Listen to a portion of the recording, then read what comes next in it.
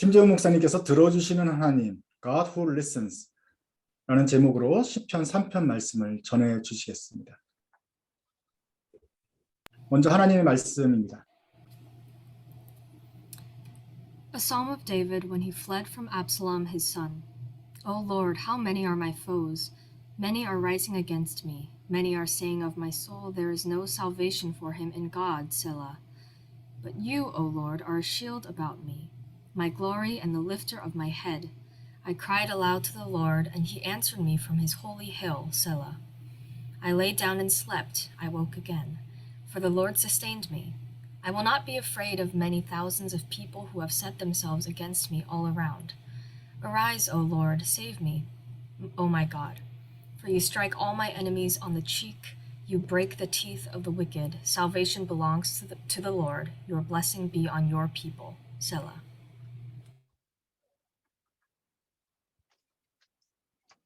네, 여러분 반갑습니다.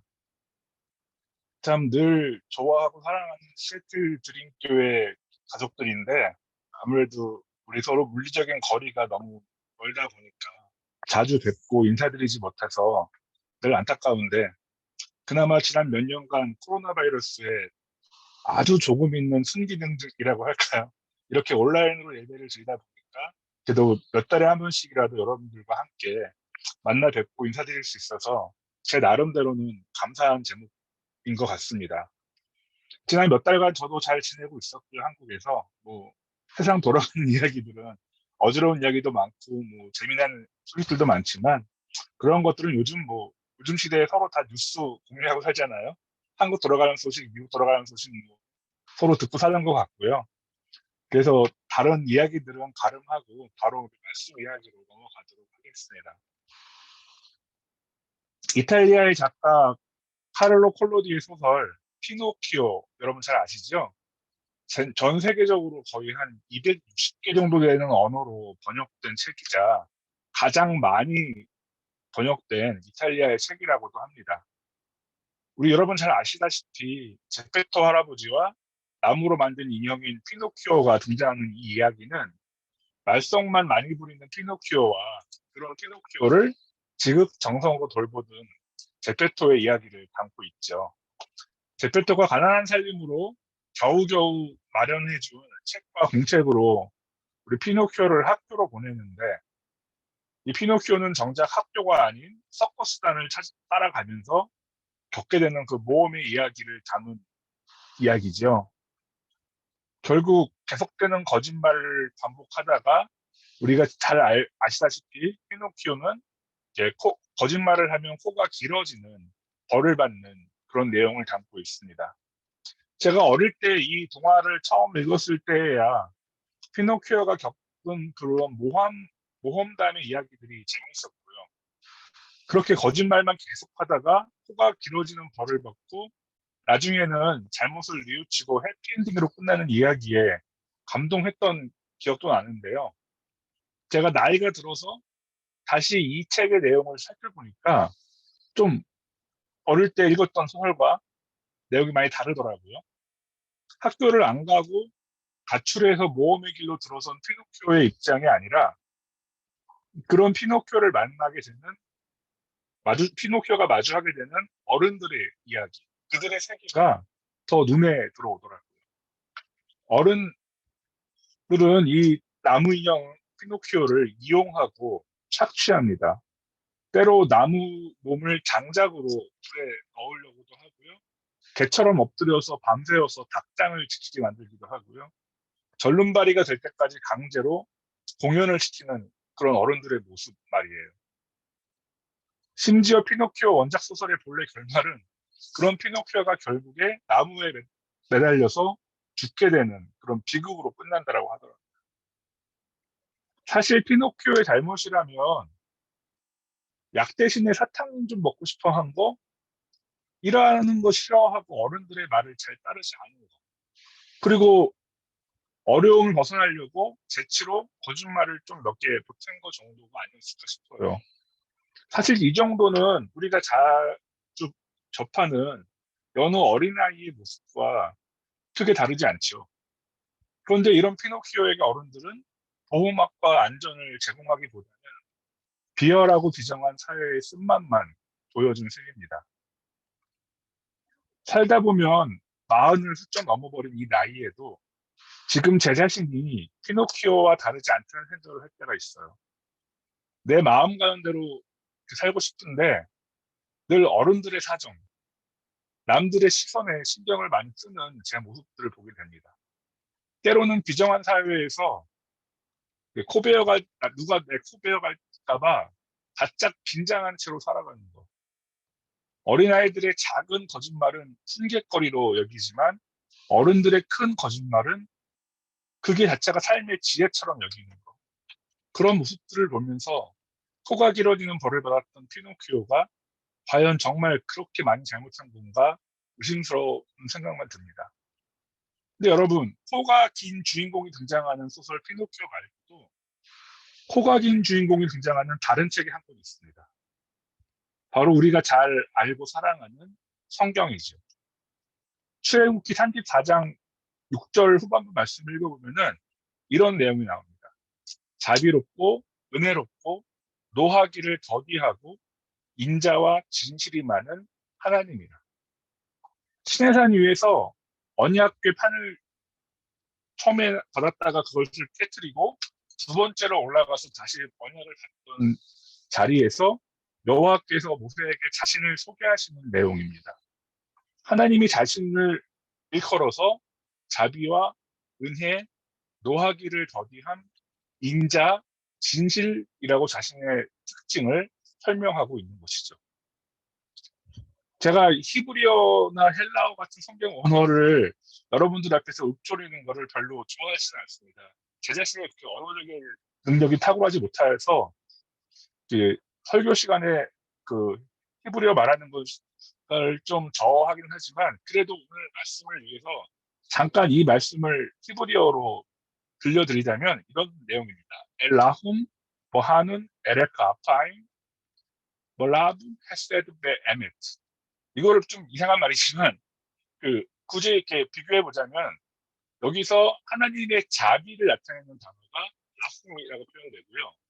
은혜는 한운, 인자는 헤세드, 그리고 진실과 충성, 신실 뭐 이런 것들을 뜻하는 단어가 에메트라고 할 수 있어요.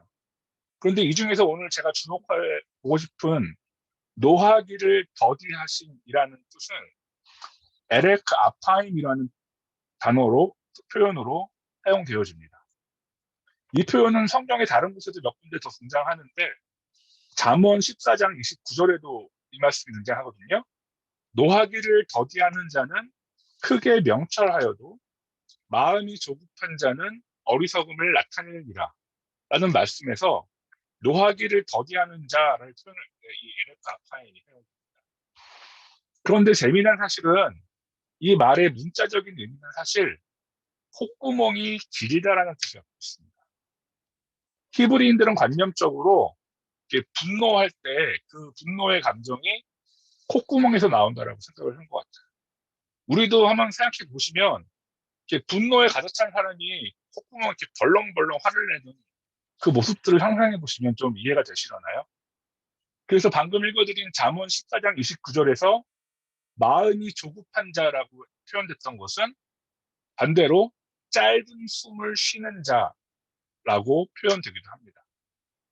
하나님은 결국 자기 자신을 소개하실 때 나는 코가 길어서 쉽게 화를 내지 않고 오래 참는 성격을 지녔다라고 자신을 소개하고 계시는 것입니다.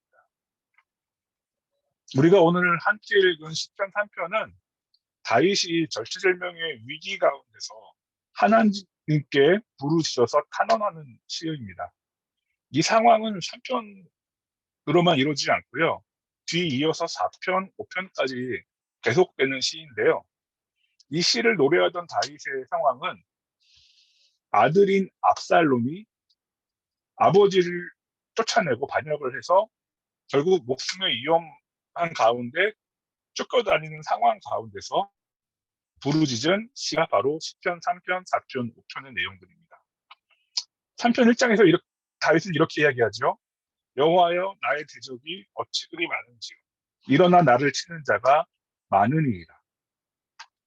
1편에서의 부르짖음만 들어봐도 그러니까 1절에서의 부르짖음만 들어봐도 다윗이 지금 얼마나 절망적인 상황에 놓여 있는가 알 수 있죠.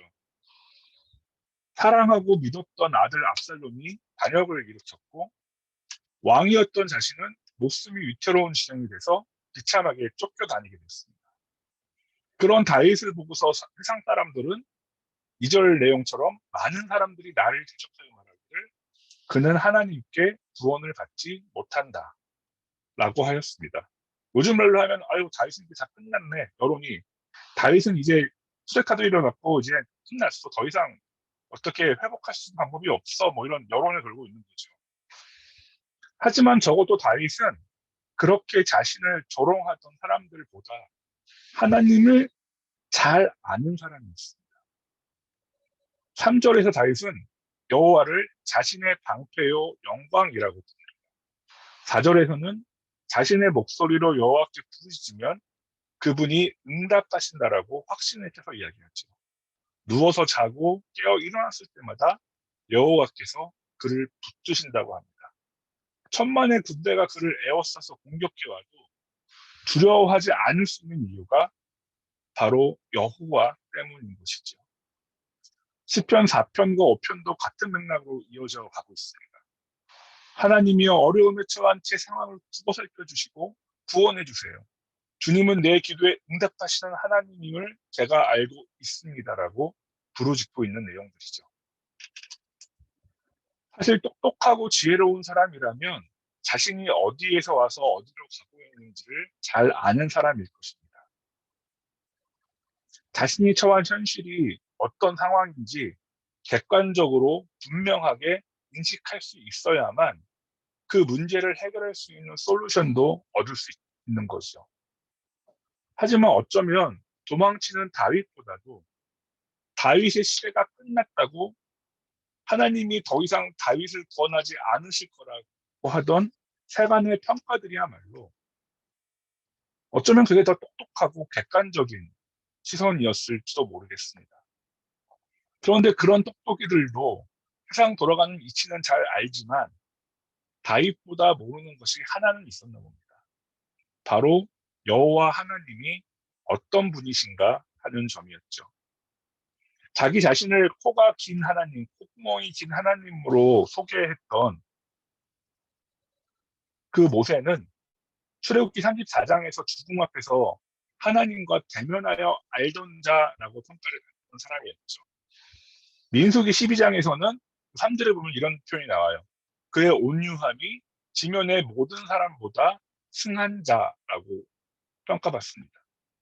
하나님의 특징이 콧구멍이 긴 것으로 표현된다라면 모세의 특징은 온유함으로 소개되어지고 있는 것이죠. 여기서 이 온유는 영어 성경으로는 뭐 humble, 겸손함, 자기 자신을 낮추는 뭐 그런 것들을 이야기하는 것 같아요. 우리말에서도 온유는 온화함, 부드러움 뭐 이런 이미지로 표현되어지기도 하죠. 그런데 사실 이 온유함은 결국 한결같음의 뜻을 드러내기도 합니다.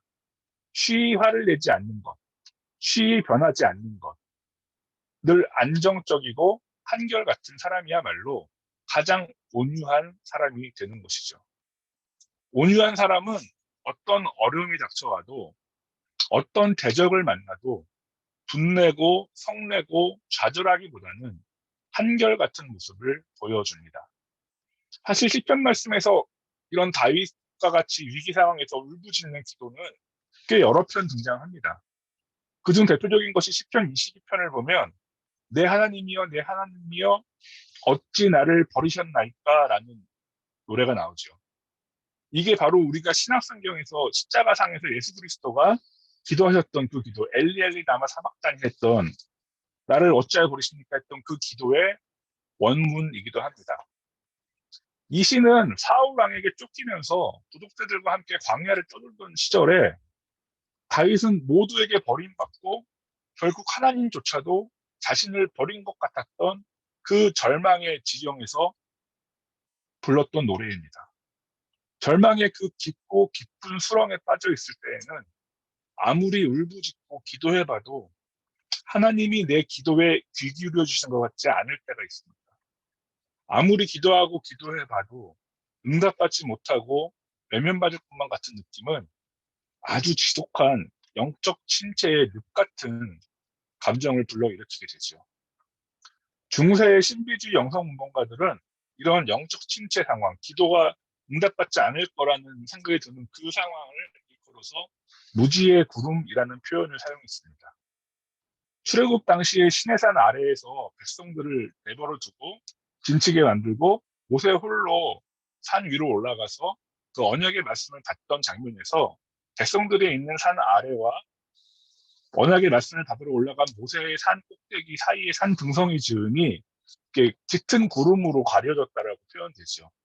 바로 이 칠흑 같은 그 어둠, 아무것도 보이지 않는 그 어둠을 넘어가야만 비로소 하나님을 대면하여 만날 수 있는 곳에 이를 수 있다라는 일종의 은유적인 표현으로 사용되는 말입니다.